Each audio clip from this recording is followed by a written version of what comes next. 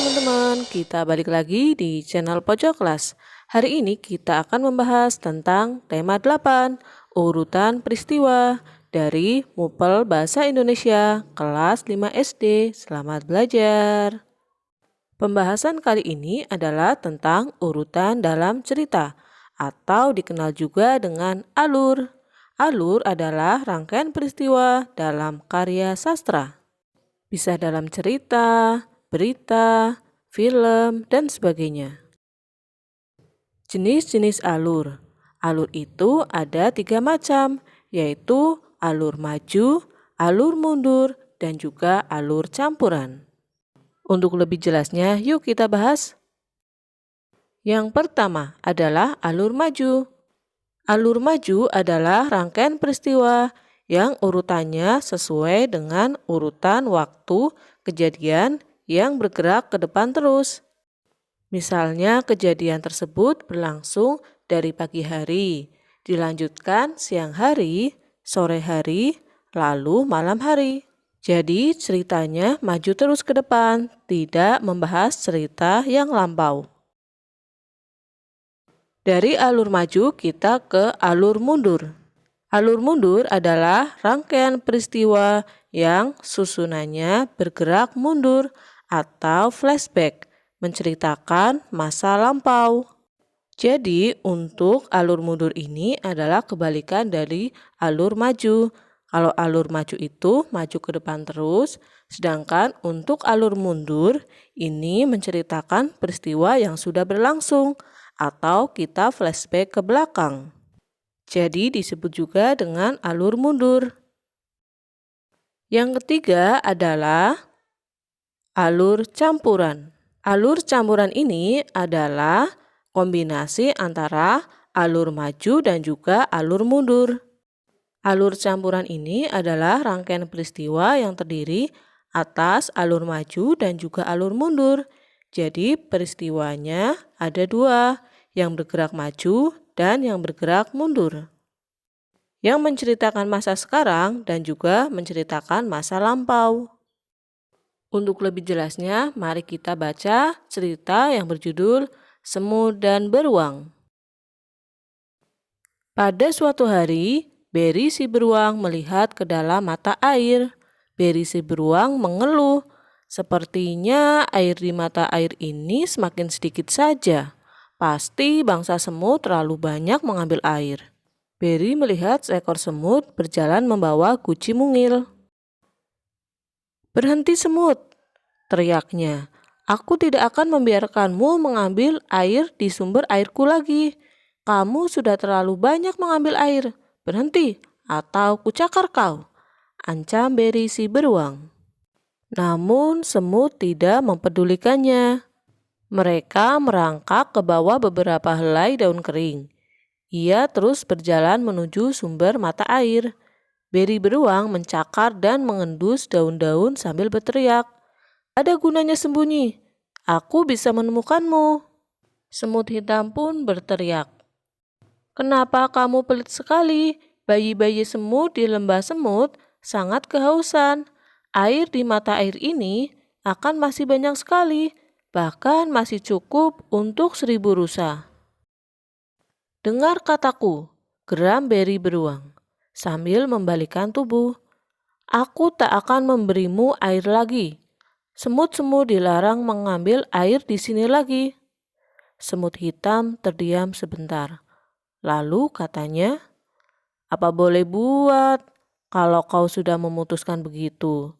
Tapi aku tetap akan mengambil air untuk bayi-bayi semut di lembah." Beri si beruang pun sangat marah. Namun semut-semut hitam sudah menghilang lagi ke bawah daun-daun kering. Beri beruang mencarinya, tetapi ia tidak melihat apa-apa di rumput. Akhirnya ia kembali dengan jengkel ke sarangnya di dekat pohon oak. Semut-semut yang haus menunggu di lembah semut. Setelah menunggu cukup lama, akhirnya mereka berbaris menuju mata air.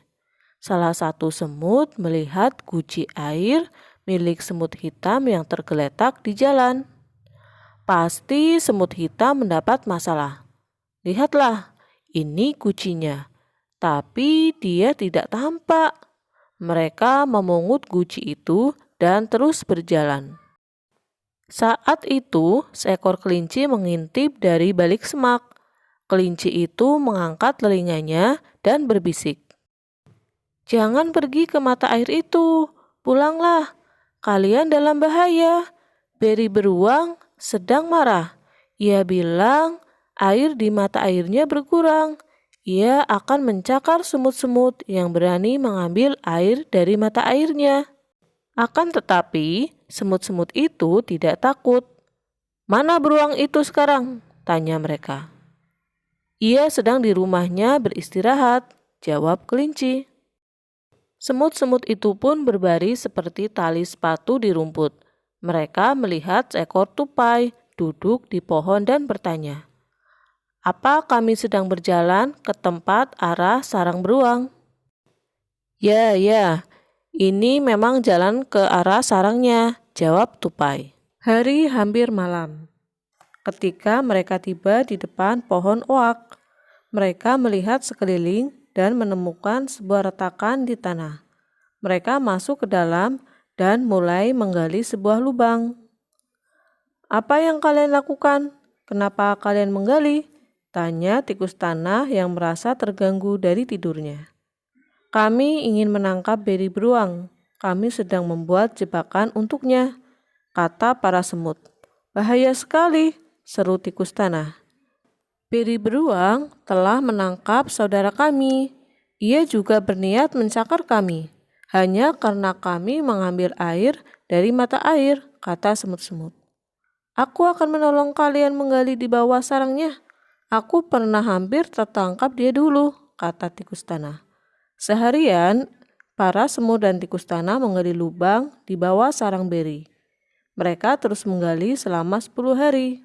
Beri beruang sama sekali tidak curiga. Suatu malam, di hari ke-10, beri beruang kembali ke sarangnya. Dengan hati gembira, ia berhenti di depan rumahnya, di pohon oak dan berkata pada dirinya, "Aku sudah makan dan minum sampai kenyang." Salah satu yang bikin aku jengkel adalah semut-semut. Mereka masih berani mengambil air dari mata airku. Besok akan kuhancurkan lembah semut itu. Akan kucakar mereka dengan cakarku. Beri beruang mencakar ke segala arah, lalu ia menghentakkan kakinya ke lantai sarangnya. Lalu, bruk! Lantai sarangnya jebol. Beri beruang jatuh ke lubang di bawah sarangnya. Lubang itulah yang telah digali para semut dan tikus tanah. Beri beruang harus terus tinggal di lubang itu, kecuali ada penjaga hutan yang menemukannya. Semut-semut itu pun akhirnya hidup damai di lembah semut.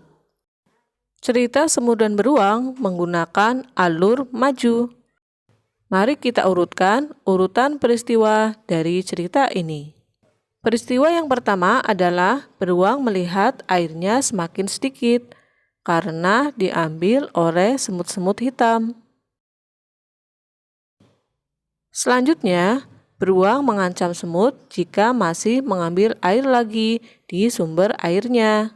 Para semut-semut melihat salah satu guci semut tergeletak di jalan. Mereka mengira beruang yang mengganggu semut hitam. Berikutnya, tikus tanah membantu semut untuk menggali jebakan untuk beruang. Jebakan tersebut berada di bawah sarang beruang. Beruang jatuh ke lubang di bawah sarangnya. Itulah beberapa peristiwa yang terjadi pada cerita beruang dan juga semut. Sampai di sini dulu untuk pembelajaran hari ini. Sampai jumpa dan terima kasih. Tetap jaga kesehatan.